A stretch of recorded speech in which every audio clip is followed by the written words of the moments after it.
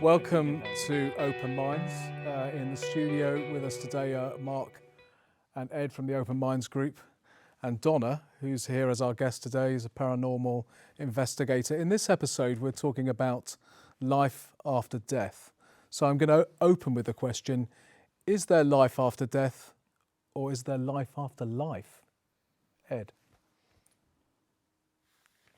Yes. That's such a great question, but such a difficult one to answer because, you expect us to give our beliefs on this because I don't think I can prove either way. I think I can demonstrate to anyone's satisfaction that what I say is or is not. So I'll simply give my belief. I'm pretty certain that there is something beyond what this is. I don't think that we are annihilated when we die. I believe that there's something in us that moves on and perhaps even comes back. So I think life after life probably is true. I still haven't figured out why we don't remember having been here before, but we're going to no doubt talk about that. So, what we call death, we talk about death is like a rite of passage, really, in that view. I think from one form of life to another form of life. My belief, and I share it with other people too, my belief is that we come here with a mission, and we don't understand what that mission is when we're here in this form. And we try to go through that, and we go when we've either concluded the mission or we need to try again. It's very Hollywood, I think. Marc, where are you on this stuff? No, it's a difficult one. My mind's constantly, kind of being changed. The problem is that any ideas around it are only belief. A lot of people have hope that, there is something beyond the grave. And I often wonder whether or not that has kind of generated this whole idea of an afterlife, heaven and hell. And it's the hope that we're not, like you just said, annihilated when we die. I'm very interested in, though, consciousness. And there are reports where consciousness can exist outside the body, where people have had that sense of not being here inside themselves, but their consciousness has been elsewhere. I mean, people talk about, don't they? Yeah, we're going to talk about near-death experience yeah, later, but yeah. people talk about being in a different place as they're dying, or in a different place. Or not necessarily when people are dying. People have, being on the operating table and that type of thing, and that interests me. And I think to myself, well, if the consciousness can exist outside the body, even if it's only for moments, then maybe there is a possibility that when we die, that consciousness may also continue to exist in, kind of some form after we've died. Okay, Donna, life after death, where are you with this? For me, I think the term is the life after death. I would say there is consciousness after death. Consciousness lives on. I think. So you're with Marc on I'm this? with Marc, and from the experimentation and the research that we've done and the communication that we've had from, quote, the other side, I firmly believe that consciousness carries on after death. From personal experience and from, as I say, investigation and research. So in this respect, what is consciousness then? What are you talking about? I think for me, the fact that, we all want to know, do we survive death as a physical process? I see it sort of like the butterfly and the chrysalis. It's just, in a way, like what I'd say, it's just a transformation from one form to another. But when I talk about communication, having worked with various mediums and investigated mediumship and actually physically communicated with something that I can't see, but I can hear, and had a one-to-one conversation. Those are the type of, that's the type of consciousness that I'm talking about, where I can communicate with an entity or a voice or a spirit that is somewhere else. Okay, now we use a lot of terms, don't we, around this subject. Marc has already said, maybe there's a sense in which people want for there to be something else, and want this not to be the end, all there is. We use a lot of terms, like we use afterlife, we talk about heaven and hell, the hereafter, the spirit world, the other side. Nobody knows. These are just attempts to explain. It's terminology, I think. It's terminology to explain the unexplainable. And also, I mean, you know, a lot of, you know, kind of our ideas around things like heaven and hell are from people's imaginations. You know, I mean, in the Middle Ages, people were constantly painting scenes of heaven and hell. There seemed to be this preoccupation with what it would be like in hell or what it would be like to be in heaven. And, you know, many paintings have been inspired by that subject matter. So therefore, that's imprinted itself on us as, I suppose, to a certain degree, for some people, being a physical place, you know, a place. And of course, in those days, there was this view that the universe was layered in a sense, that, you know, above us was a kind of layer. There was a layer, the sky, and above that layer was the heavens. And then below us was another layer, was kind of hell, or I think for the me, netherworlds. the most important thing is, okay, this is what I do now. I investigate and research. But actually, I had no interest in this subject matter until an incident when my brother-in-law was killed in a road traffic accident. And 4 days after he was killed, his voice imprinted on my telephone answering machine. So you know, it comes as quite a shock when you hear a dead man's voice, timed and dated, on your telephone answering machine. And I tried every rational explanation. I phoned BT, I spoke to the engineers, I said there's something wrong with my system. And the guy is like totally perplexed. What are you talking about? Can you explain this? And I said, right, the time and the date must be wrong on my telephone answering. It's not a machine as such. We used to have tape machines. It's built in. It's a network. It's digital. And he said that will be impossible because we're connected to the atomic clock, Greenwich Mean Time clock. We'd have to have a system failure. And, you know, and I really wanted someone to tell me how my brother-in-law's voice had came onto my phone. Hello, it's Neil. Is Donna there? But the interesting thing about that phone call was I hadn't been home after he was killed. I stayed with my sister for 2 weeks and basically got home, was going through all the messages, and about the 4th or 5th one in, there was like lots of static electricity, clearly his voice, lots more static electricity like on the line, and then a female's voice who actually said, hello, are you there? Can you hear me? And that really perturbed me because obviously he hadn't phoned up from the other side. His voice had somehow come in on that call. And this female, who later turned out to be my daughter's midwife, my daughter was having her first child, had actually physically heard the voice too. So the BT engineer, and this is going to sound really bizarre, asked me, why are you so insistent that the time and the date is wrong? And I said, because the guy who left the message is dead. And he went very quiet. And then he says to me, well, he said, this is not the first time I've heard about this phenomena. And in fact, if you go and Google it, he said, I think you'll be surprised. And I did go and Google it. And ever since we've had telecommunications, not just in modern day society, but there was a book written about telephone calls from the dead in the 1930s. So this is not a new phenomena. And the telephone was quite new then. Of course it was, yeah. And it certainly wasn't what we have today. And then I realised that right across the scale, there was people who were getting phone calls supposedly from deceased relatives. So that's what started my journey. It wasn't an interest. I was it was a progression. Yeah. So I have no explanation for that. I mean, that's interesting because, you know, Ed was saying there's no evidence. There's a lot of evidence. But that sounds like evidence to me. Mm-hmm. Is there evidence for you? I'm going to just be devil's advocate. Yeah. You know, because I do believe this stuff. Yeah. But let me be devil's advocate because it's worth challenging that. Of course. Let me suggest that it could be your imagination because you were certainly stressed at the time in ways that you probably wouldn't even remember being stressed. So you could have had that imagination. You said that someone else heard it. Yeah. You could have been projecting that to what you thought she said to you. So your imagination is a very powerful thing. And so a skeptic might say, you know, it's not explained by what you've said. It could be just imagination. I think what you say is, I agree.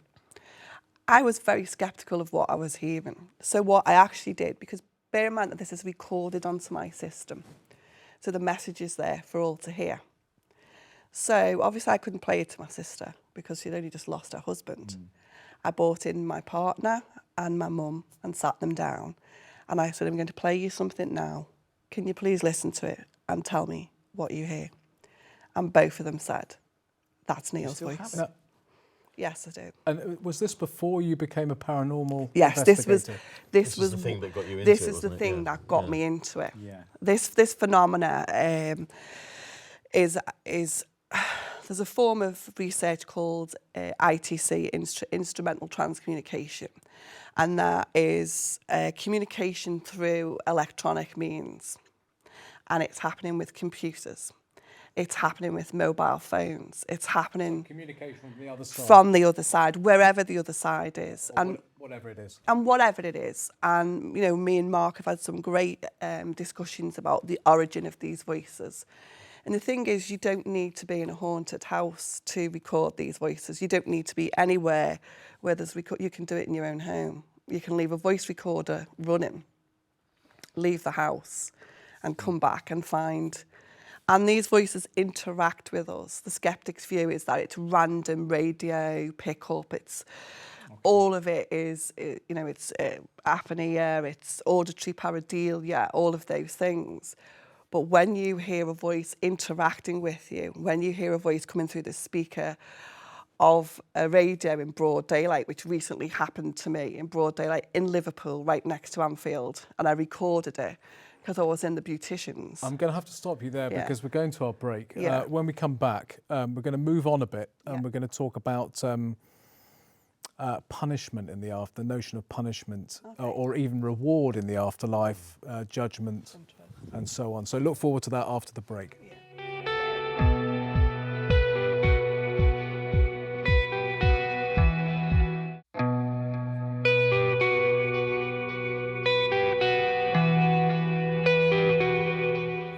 Welcome back to Open Minds. We're in the studio with Marc and Ed and Donna. We're talking about life after death in this episode. Actually, in the break there, one of the production team was telling me that there's some, you may know about this, Donna, there's some evidence where when they weigh somebody, I think this is right, when they weigh somebody after they've died, there's so many grams of weight that's kind of 7 ounces that's or missing. something like this. You know, what do we know? Something Marc, tiny, you knew about this. Well, I don't know too much about it, but like you've just said, that they've weighed a body just before and just after death, and they've taken into consideration all sorts of factors like, you know, hydration, the loss of bodily fluids and everything. And when they take those factors into consideration and rule them out, there's still this, you said it's 7, is it 7? I think it's I think like it was grams. grams. It's so many 7 grams. difference. The body is 7 grams lighter. Or 7 ounces, something like that. 7 some measure lighter after death. And so therefore people are obviously... So that would indicate perhaps that there's something that we have about us which can be physically measured, They did physically measure it. They actually had special mattresses in hospices. Family members gave permission to the scientists who were doing the research to allow their loved ones to be lying on these mattresses, and the measuring was so accurate. That's how come they knew that everyone had this, and they're saying. And is it all, I mean, just out of interest, because I've only heard this, you know, of people, but is it always the same? Yes. It's always the same? And always the same. And what's the conclusion? What was the... Something leaves the body. What? Or, I'm going to be sceptical again, You surprise me. if I may. But as the engineer in me, I've got this left-right hand conflict going on in my head all the time. But the engineer in me is saying, that's baloney. If you actually have a spirit, which we kind of like to think is an energy force, then okay, all matter is energy in some form. But 7 grams of it, that's a lot of energy. That's a huge amount of energy. Why would we need that much? You know, Why is that such a huge amount of energy? 7 grams, 7 grams of matter is a huge amount of energy. Talk to any nuclear physicist, and they will tell you all about why that's a huge amount of energy. I would have imagined that it would be immeasurable. If there's a spirit leaving the body, a consciousness leaving, I'd have thought it would be Hang on a minute. I must intercede there because Okay. it's just come through my ear from the production team, Right. wonderful people that Oh, they great. are. 21 grams. There you go. That's far too exactly many more. grams. Far too many We grams. just jump into a conclusion here. We were Yeah. saying, I mean, the actual vernacular you used then was something leaves the body. Yeah. The only I use conclusion that. you use that. The only conclusion we can come to really is that there is a difference It's changed. before and after a person has Moment of died death. of 21 grams. We're not necessarily we can't now say that is the spirit or No. that is something leaving the body. All we know is that it's 21 not grams. body fluid, it's not waste, it's not the what is it? breath, that it's something else. But we can't say it's a spirit. No, once again, it's unexplainable. Right. And so I suppose really Well, that's as far as we it's are on interesting that because I subject. can really, remember isn't when my mother died. I was with her when she was in hospital when she died, and the nurse said, "Would you like to have a few moments with your mother?" And she's passed away, and I said yes. And then she came in, and it may be something they do, I don't know. And she said, "Would you like a cup of tea?" And she ushered me out for a cup of tea. And then she said, "Would you like to say goodbye?" And when I was sat with my mother just after she died, for the first time, I could still sense her there. I had a sense of a presence in the room. When I went back in after my cup of tea, Nothing. there was just, an inanimate body. That's my feeling as well. When my mum died, I was there both before and after, and I just couldn't sense she wasn't there anymore. Once she'd gone, she was no longer there. When she'd gone for a few minutes, she was no longer there. I couldn't feel it at all. But that could simply be my emotion was adjusting to this immense loss of a human being, and to feel that they're there still when they've just gone. I don't think that's unusual or inexplicable. And then to feel that they've gone when you've had the moments to adjust to that. I mean, watching someone physically die, which is something that I've done a number of times, it's the visual aspect for me. Not because of my beliefs, because some of the people that I witnessed who died was way before that I got involved in any of this. But there seemed to be almost something almost like it just left the body, like life itself, the essence of life, left the body in a really peculiar manner. And I have looked at, deceased relatives, and it's so weird. It's almost like they are a casket, a shell, a pupa or something. That's how I felt. There's nothing there. I remember saying to my... St Paul calls it a tent. Yeah. That's interesting. Yeah. But do you not think though, sorry, I'm being a bit sceptical here, but do you not think that we are then adding, I won't say the rest, but we're using terms like, she had left, she had left her body, but we're still really, kind of no further on knowing what is actually happening. No. Yes, Afterwards, yeah. Okay, I want to move on now because that's a natural kind of break in terms of moving on. I want to move on to what happens in the afterlife. In a lot of religious traditions, there's this notion of maybe takes place between this place and that place, wherever the other place is. This notion of some kind of a judgment people talk about who go through a kind of, we'll come to it later, but a near-death type of experience, a post-death experience. They talk about their life being replayed in front of them. I think it possibly in the Hindu or the Buddhist tradition, there's it's spoken of as the karma loka. It's in a lot of religious traditions. What do we make of that judgment, where we're called to account for our life in some kind of way? Can I take the word karma loka for a moment, because that was a fairly new word to me, and of course you will imagine that I kind of looked that up.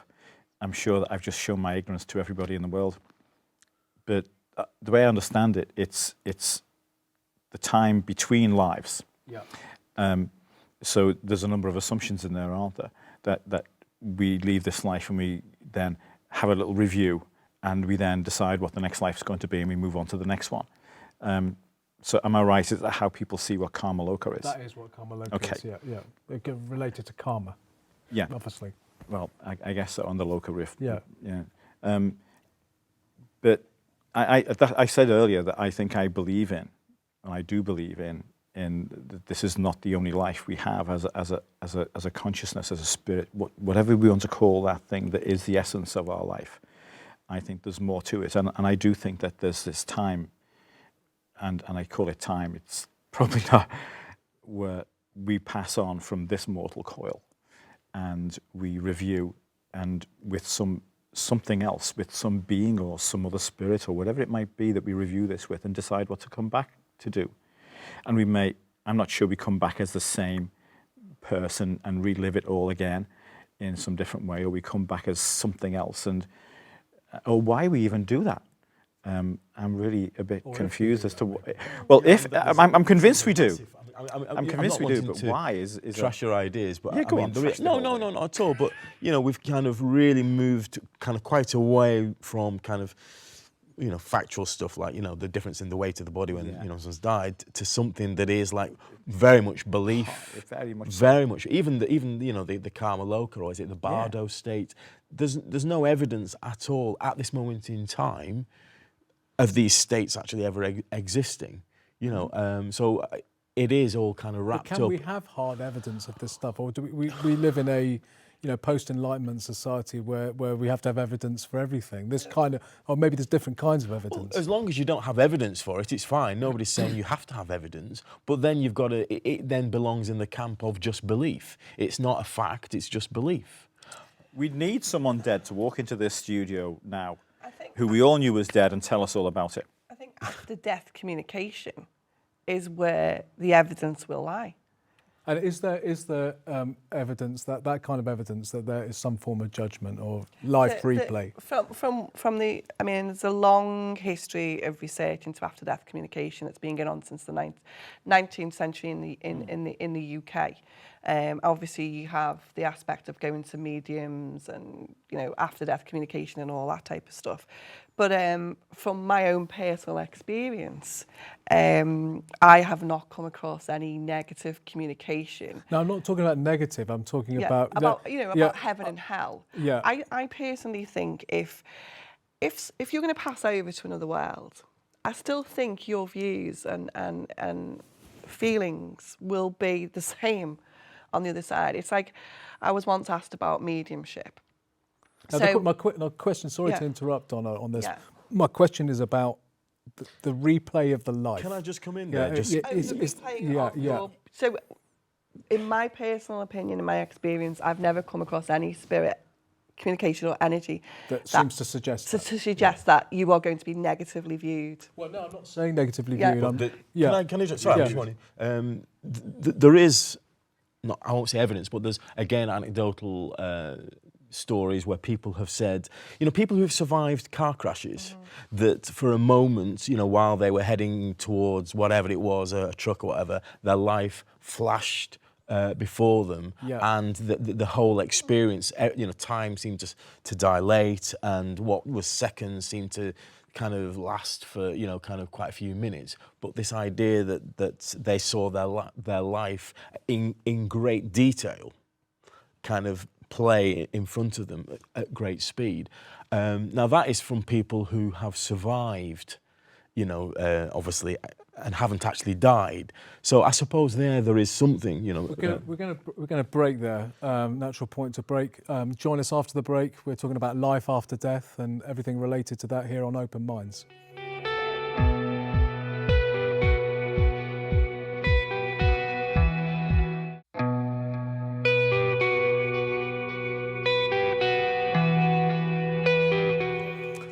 Welcome back to Open Minds. We're talking about life after death with Ed and Marc and Donna. We're talking about the afterlife here. You know, what is life like in the afterlife, do you think? I mean, I'm personally, you know, I'm horrified by the notion that I perhaps will be, you know, singing endless hymns and, you know, dancing with angels. I would like it to be a bit more interesting than that. I can't imagine doing that for eternity, kind of thing. What do we think life is going to be like? Well, the only documentary evidence that we have as to what is life like after death is people who've experienced NDEs, and obviously any spirit communication that's come after the event. And personally, I don't know. We're told about heaven and hell and religious aspects and stuff. But for me personally, I have no idea, and that's one of the biggest mysteries to me. And the communication that we've had has indicated that some people go on to do the same thing on the other side that they do over here. So if you're a scientist in life, there's researchers now who are regularly communicating on the other side with so-called scientists who've passed away. Is this stuff in the public domain? Yes, it is. It's all in the public domain. And how well received is it? I mean, it sounds kind of incredulous to me. Well, some of it is incredulous, but when you actually physically hear those voices for the first time, and when you hear them live coming through, you just so you're talking about people, scientists on the other side, Yeah. providing scientific information Yes. for people on this side. two researchers from this You're side scientists. of You've life. heard this before. I brought a book with me today that actually wasn't a scientist talking to No, the scientist. it's It was actually, I think he was just an ordinary guy. I think that's the one, yeah. Yeah. And Life Pass in the that to me. Life in the World Unseen. and, Life in and the World it's just Unseen. one of many books like this. And if you get a chance to read the sleeve notes afterwards, Keith, because the sleeve notes read like some kind of, again, a Hollywood mystery thing. The guy is talking like he's channeling someone else who's from the dead about what it's like. And this guy's describing the other world to this fellow who we're meant to believe. Do I sound skeptical when I said that? I didn't mean No, to no, sound no, like I no. don't believe. But he's channeling information like this is and it's in real time. It's real conversation going on. You know, what's it like over there? We've got flowers just like there, and it's all bright and sunny. And he's describing a world which is like this, only beautiful all the time. Complete. Complete Yeah. and finished.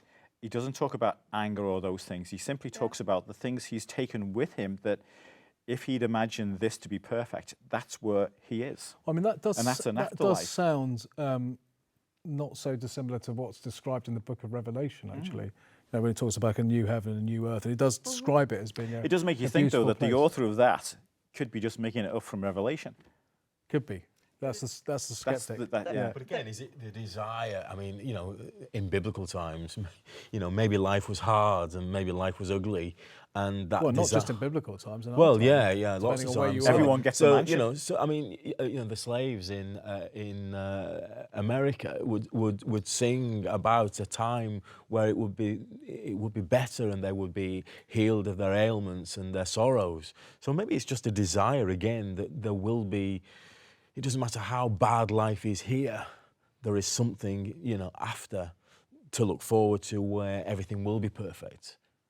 Okay, so does this guy say that we meet our loved ones over there?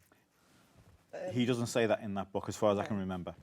But other books will say that. Yeah. My mum had a near-death experience during her cancer treatment, and she was critically ill.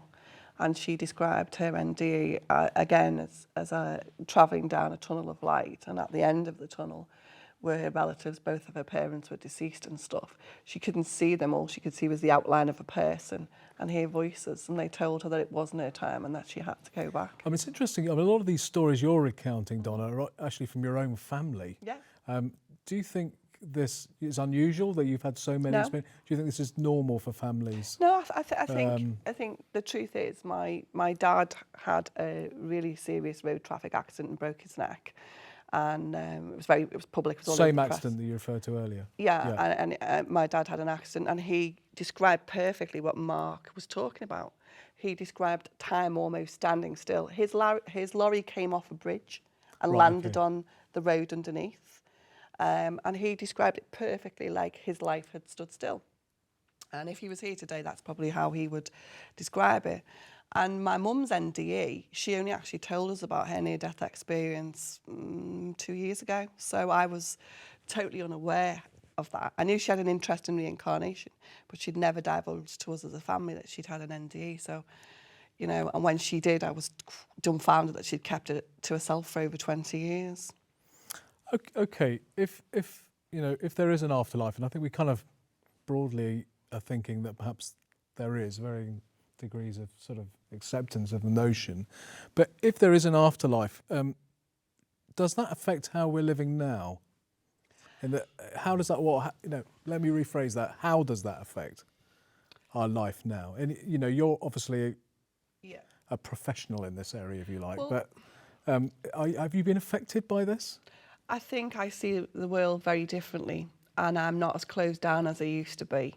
And I think that my fear of death has all but left me, obviously up until the day of my death, but my actual fear of death, because I used to be quite fearful of it, sort of seems to have dissipated, and I'm just very intrigued as to what lies beyond. Yeah, I mean, there's been some really brilliant research on the hospice movement, and doctors and nurses have declared their own experiences of working with people who are dying and who have had some very extraordinary experiences of death, you know? So when you have professional people who are educated and well respected coming in and giving their own examples of this strange thing occurred and that strange thing occurred, it just makes you think there's something out there, there's something going on, there's something other than what we have here. Does that make you live your life differently or better, do you think? I think it did. I think it has done. I think the experiences that I've had have, I think they have changed my life to. I'm more interested in the things around me, the world around me, and kinder and more loving. And I think so. Yeah, I think more tolerant. I'm not entirely sure. I've got at least one very close friend who will be probably watching this and will be thinking, and they declare themselves atheist and having no particular view, and they think it's annihilation at the end. And they'll be saying, that doesn't change me from doing the right things and being respectful and kind to people. It doesn't mean that I'm going to run amok and just do what I like at other people's expense because there's no penalty to pay afterwards. I just think I'll do what I think is good. So I'm not sure that believing in an afterlife or not changes necessarily the way you behave while you're here. I disagree there. I mean, historically, and even today, you've had people, saints, martyrs, who have, given up their life for the cause because they know that there is something richer, something better to follow. And, without opening, too big a can of worms, there are people today in our midst who are martyring themselves again for the cause with a promise. There is a promise that they will be rewarded in an afterlife. So that is definitely, I think, affecting... So it can affect us positively and negatively. Well, yeah, I think I would agree with what you said, but I'm not sure that counts as what I've just said. I was trying to say that you don't need to believe there's something better afterwards to lead a decent life now. No. And that's what I was trying to argue. I'm the same person as I've always been, but it's not just a belief, it's an experience, it's personal experiences that initiated that interest. And then, I'm still not 100% sure about where we go or what we do. I haven't been on the other side, so I wouldn't know. But it hasn't changed me as a person. I think I'm more tolerant than I used to be, because there were times when I would completely put the walls down if anyone wanted to discuss something that I didn't believe in. And now I realise that discussions like this as well, even if I don't agree 100% with Ed or Marc, I will come away from this situation having learned something and can go out and explore something for myself. I've got a couple of minutes really, but this is kind of a statement, and it's another episode really. But an extreme kind of atheist view would be kind of like a Nietzschean nihilistic kind of view, which actually has that view as a kind of philosophy has led to some terrible acts of violence. I mean, it could be argued that Hitler was influenced by that, and the view that actually there's no responsibility in this life because we're just going to end and get what you can get. Get what you can get. But also, as well, as I said before, there are people who have a belief that there is something afterwards, and their behaviour is equally as bad. Borne out by their beliefs and the reward that they will get for being a martyr. So, and then there's the fact as well, the Bible is a fascinating book, because a lot of the phenomena that are recorded in the Bible would today, if those things happened, be classed as paranormal. Yeah. So there's a lot of stuff that I've read in the Bible, and I've still got paranormal is just a word, isn't it? Yeah, of course. It's just something that we can't explain that's supposedly extraordinary. But who knows? We may be the extraordinary and paranormal may be the normal. you know, but when you do read certain parts of the Bible and you read, let's talk about voices in the wilderness, today we would class that as direct voice communication. A voice that comes out of nowhere. You know, well, I had an interesting conversation with my daughters. We're going to stop us now. Yeah. We're going to the break again. When we come back, what I want to pick up on really is the near-death experiences. I know we've mentioned them, but after the break, join us after the break. We're going to talk about near-death experiences on Open Minds.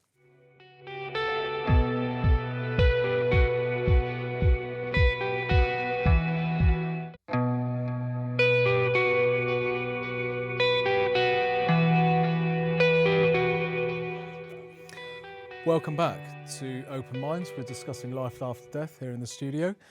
I want to pick up on the near-death experiences for this last section. We've mentioned them. You know, what are they? I mean, people talk about, you know, people who die, to have a near-death experience in hospital. Sometimes they talk about being in the corner of the room, looking down on their body. People go further. They talk about seeing a white light. You know, it's just lots of different accounts, aren't there, of near death or post death? People literally die, come back to life, and come back with messages. You know, what's going on there, Donna? Well, having read the work of Dr. Elizabeth Kubler-Ross, she was a Swiss doctor. I think she was Swiss, and she did a lot of research. She created the hospice movement, and her research, and there was also some other research from doctors in New York, very famous research on near death. So she just stopped me there. She was a person of faith, then, if she was involved with the hospice movement. No, she created the hospice movement. She was a scientist and a doctor, and basically she's wrote multiple books on death and dying, the grief process and all that. She's very famous, but she actually indicated in some of her later work that she'd come across like people who were near to death, and then would come across them physically in spirit form in another part of the hospital and stuff like this. She documented it so that they weren't actually physically dead, but somehow a projection of them. Like one lady, she talks about meeting someone who had physically died in the lift. So, and she's a woman of great education, great intelligence, and very well respected. And then there's a research in New York where there was a group of doctors who were researching near death, and basically what they did was planted objects throughout the hospital and on different floors, different levels of the hospital. Like there was a tennis shoe on the 5th window on the left-hand side of the building. It's all been documented and it's all out there in the general public. And people who'd had near-death experiences had joined the research, and some of them had said, when I was floating through the walls of the building, one guy described seeing a tennis shoe hanging off the... I'm not too sure, but I'm not too sure if that's been discredited. I don't think it has. Yeah, I think so. Papers, wasn't it? No. I don't quite understand that. What's the significance of the tennis shoe? The whole this is not Marc. near death. This is more to do with astral projection, which where people are able to project their consciousness out of their body, and this is the experiment where objects were placed at various different points. That's similar with astral projection. This was actually, from what I've read, was actually research done by doctors in New York who had so many, I think the guy's written a book, he'd had so many people talking about near-death experiences and floating outside the hospital windows and stuff, that it was actually done as a research paper. As far as I know what you're talking about, the astral projection stuff. Well, no, what I was going to go on to say is that this story about seeing the tennis shoe on the window, the candidate who was being studied was filmed at some point getting out of the bed and looking out of the window or at this particular object, then getting back in the bed again. So it kind of totally scotched this whole kind of research. I'm not saying. I'm just saying that particular thing, and I think it was Anthony Peake who wrote the Is There Life After Death book, who's done a lot of research into near-death experiences. When he kind of delved a little bit deeper, some of this stuff had been like kind of hijacked. You mean? Not hijacked. No, it had been like kind of uncovered to be not true or not as accurate not as true. Not as true as was being initially reported. Okay, let's go back to so there's near-death experiences, and then there's people who actually do die. I mean, people die and come back to life medically. Now, some of those people record it's often quite similar things. So going down a tunnel, there's a white light at the end, meeting somebody at the end, or a relative or something. I mean, what do we have to say about that? Well, Ed? I don't have any personal experiences of those things, I'm pleased to say. But I do have a close relative. I won't say who it is, but she knows who it is. And she told me that another close relative appeared to her when she was on a trolley being wheeled into the emergency operating theatre. She was really close to death, a crisis in something that was vital systems was giving up, and she was being wheeled furiously into the operating theatre. And she was, at the time, she was pregnant, very close to delivery, and that was part of her problem too. And she said that another close relative who'd passed on some years before hovered over the trolley while she was being wheeled, and this entity, this relative, was beckoning to her. They were very close. And she remembers saying out loud, bleep, bleep, bleep off you, I'm not going. I've got a baby. And this person bleeped off. Yeah. And she had the baby, and she's still here today. And was that And so this that is wasn't a person- comforting thing then, was No, it? this is a person who was extremely willful and extremely down to earth, this individual. The job that she does is extremely important, that she is. But she recalls that like it Well, was that real. again, that's somebody. It could be. That's It somebody could from be. the other side coming. But I'm talking about Yeah. these experiences. You know what I mean? Yeah. You know, what do you make of the similarities between these post-death I think accounts? there's been a lot of research into the physiology of the brain at the point of death, and the chemical structure and the chemicals produced at the point of death. And some of that's very interesting. A lot of top scientists tend to say that the chemicals that are produced at the point of death take us on a journey, sort of like a hallucinogenic type. Journey. That type of journey. And that's very interesting research to read. But then there's a book being published, I think it was last year, by a neuroscientist, one of America's most famous, and he had a near-death experience. And the first part of his near-death experience was not very pleasant at all. And it's a really interesting book because it differs somewhat too, and he believes it was his level of understanding of the process of death and his faith and religious background that had an impact on his experience of near death.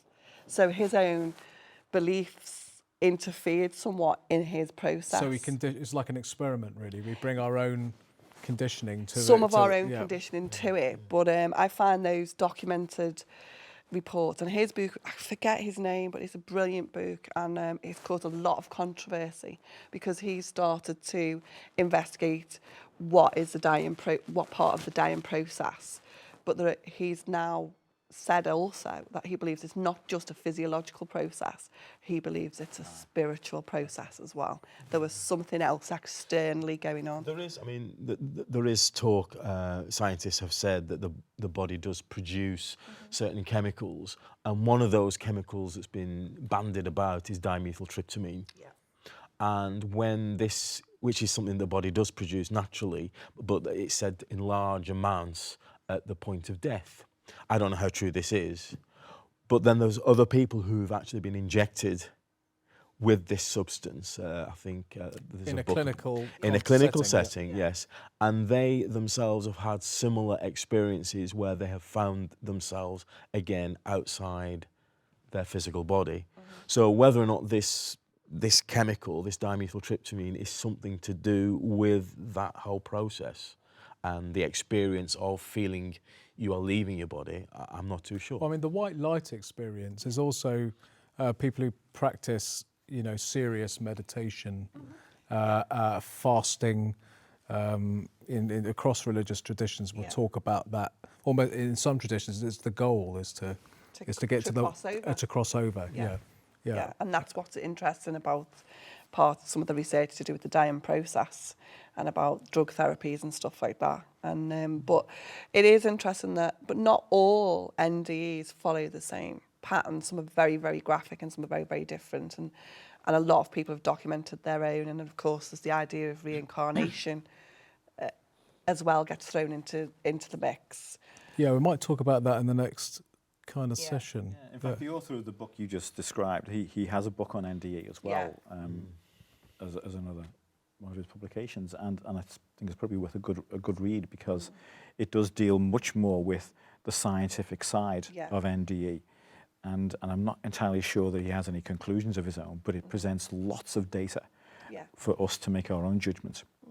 There is, I mean, the one thing I think that would be an interesting study would be to capture this information, these stories of near-death experiences over the whole world, and look at the common traits in these stories, that, you know, the fact that people do feel they're going down a tunnel, that they are seeing a light. I'm going to have to stop you there, Mark. Thank you guys for coming on today. It's been a great show. Look forward to seeing you next time. Donna, look forward to seeing you on another programme. And to our audience at home, join us for the next episode of Open Minds.